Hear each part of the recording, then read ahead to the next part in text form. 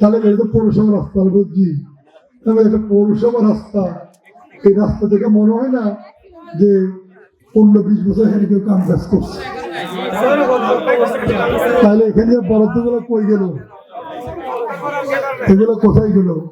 16 বছর কোনো কাজ হলো না। পরশুরাম পৌরসভায় একটা রাস্তা নাই। আসলে দোষটা তো আমাদের ভাগ্যের দোষ, আরো দোষ দিয়ে লাভ নেই। 16 বছর আমরা ভোট দিতে পারি নাই, পারছি? নিজেরা প্রতিনিধি বানাতে পারি নাই, পারছি?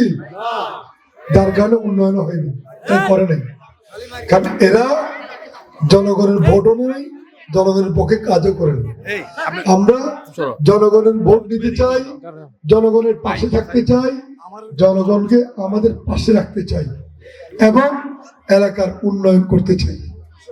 ঠিক আছে, ইনশাল্লাহ কথা দিচ্ছি নির্বাচন হওয়ার খুব দ্রুত সময়ের মধ্যে এই পরশুরামপুর পৌরসভাকে একটি মডেল পৌরসভা হিসাবে আমরা উপহার দেব।